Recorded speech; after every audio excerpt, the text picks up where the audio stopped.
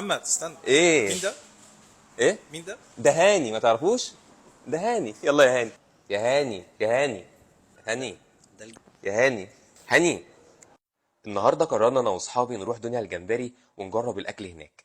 الطعم الحكايه اللي كان الكل بيتكلم عنه، وبيتكلم عن نظافه المكان وعن حسن الاستقبال. رحت هناك وفعلا المكان بالنسبه للنظافه جميل جدا، وبحسن الاستقبال مش هقول لكم بقى على هاني. اكيد كلنا عرفنا هاني. طبعا قعدنا كلنا نختار الاكل، وكان في بقى ايه، موضوع رفض وقبول، لان في اكل انا ما باكلوش وهم عايزين ياكلوه. وهاني برضه كان باله طويل. يلا يا هاني. نيجي بقى لاول حاجه لازم تجربوها، شوربه الجمبري وبطارخ. البطارخ دي مضروبه في الخلاط زي ما انتم شايفين كده مع الجمبري. وبصوا طعم حكايه هياخدكم دنيا تانية. ومن الحاجات بقى اللي هتخطف عينيك النهارده رز الاناناس. رز الاناناس ده حاجه رهيبه. زي ما انتم شايفين كده بينعمل بالاناناس، والخلطه اللي جوه اللي هي عباره عن جمبري وكاليماري واكتر من حاجه موجوده في الخلطه دي.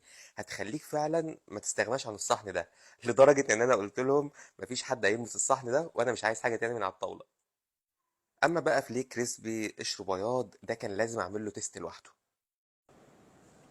ندوق انا قبل ما ادوق ونحكم. بقى يا هاني، انا ما بحبش الحاجه اللي بتكون شوربه زيت. فانا هجرب اشوف عشان برضه يبقى فيه مصداقيه. انا عايزك تجربه بالترتر صوص ده، صوص الترتر ده في المقلي بيبقى جامد جدا.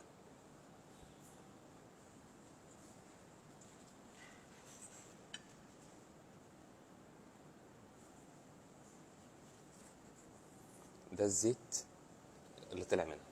تمام. فيعني الخماله دي اللي انتوا شايفينها لما تطلع شويه الزيت دول كده. نقطة زيت يا ف ريس. فعلا. نقطة هي ما انا زيت. بقول لك يعني شويه الزيت دول طلعوا كده، يبقى كده نقطه في بحر زي ما بيقولوا. فانا بقى قررت ان انا نقسم. اجربها. ده ايه الجمال ده؟ دي الخلطه بتاعته يعني. اه، ده الترتر الصوص بتاعه عبارة عن مايونيز، خيار مخلل، يبقى دون السنة كده بسيطة. محمود رهيب. دوق كده. نيجي بقى للجمبري المشوي بالخلطة السرية بتاعتهم اللي محدش يعرفها. خلونا بقى ايه، نجرب كده مع بعض.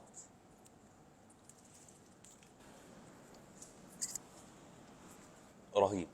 ده كمان هتجربه، انتوا هتجربوا السفرة كلها. حاجة يعني مفيش تقييم. تقييم الاكل انت اللي هتجربه، انا بقول لك رايي الشخصي وانت اللي هتجرب لما تيجي وهتحكم بنفسك. ولو ما عجبكش خلاص قول الفاتوره على حساب محمد النجار وهتبقى على حسابي فعلا ومش كلام. والعشاق اللازانيا بقى يلا. بص انا كنت من عشاق البشاميل. من النهارده هلغي البشاميل وهقضيها لازانيا هنا في دنيا خلينا في الجمبري. اللازانيا اجمد لا حاجة. رهيبه، رهيبه.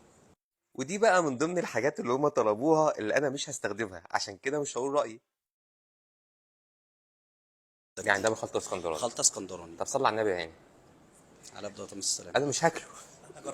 انا مش ايوه محمود. ندي يا باشا محمود بص يا محمود. صاحبك يشاركنا في يعني الرأي. يعني بص انا ما معلش، فانا برضو زي عشان الناس بس ايه تصدق ويبقى في مصداقيه في الكلام. انا مش هاكل حاجه ومش هاكلها ولا امضغها واقول ايه ان الحاجه دي حلوه وبتاع. احنا مش جايين ايه نجامد. محمود بدون كذب.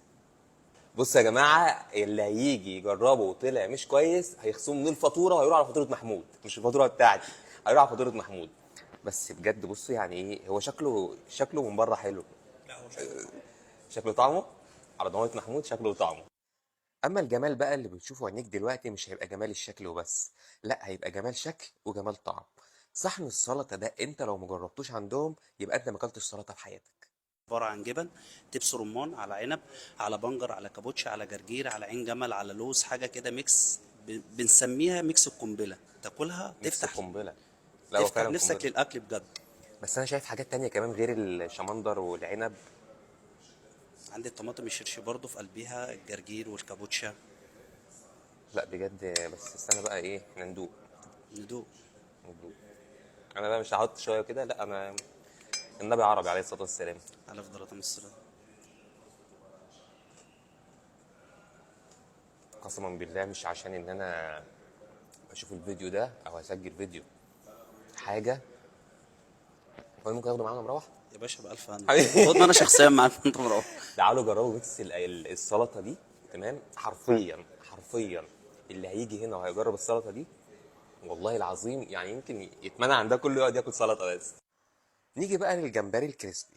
هنشوف بقى كمان تيست الجمبري ده. هتقول لي ماسك ده ليه؟ هقول لك لان انا عايز اعرف هنا الزيت اللي هم بيقولوا بيه او الحاجه اللي بيقولوها في الزيت بتكون شاربه زيت كتير ولا لا. يعني دي من ضمن الحاجات اللي الكل بيعانيها في اي حاجه مقليه اصلا.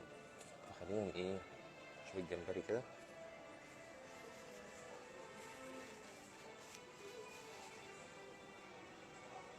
عشان محدش يقول لك ايه انت ما بتتكاش. كده عصرناها، وده الزيت اللي طلع منها.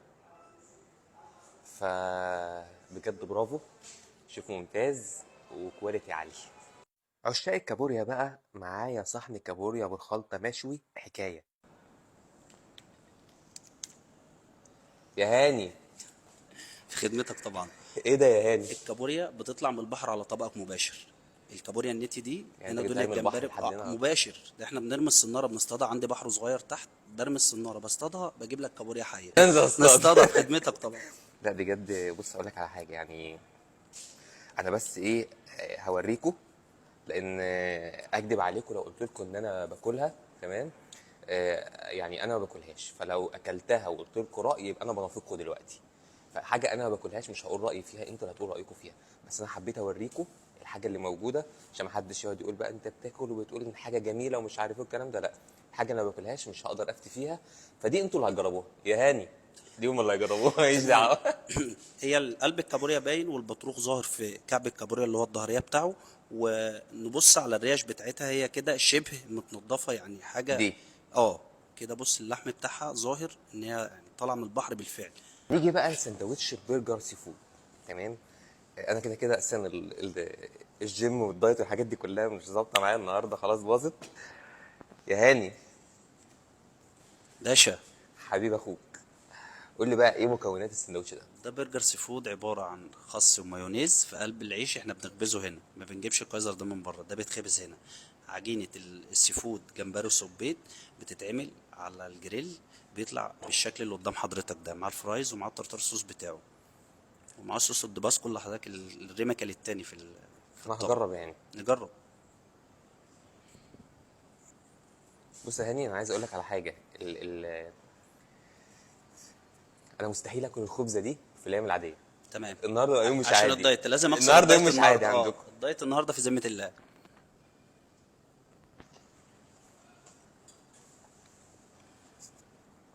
بص يا هاني، الطعم جميل. بألف حمد. بس في حاجه صغيره بقى.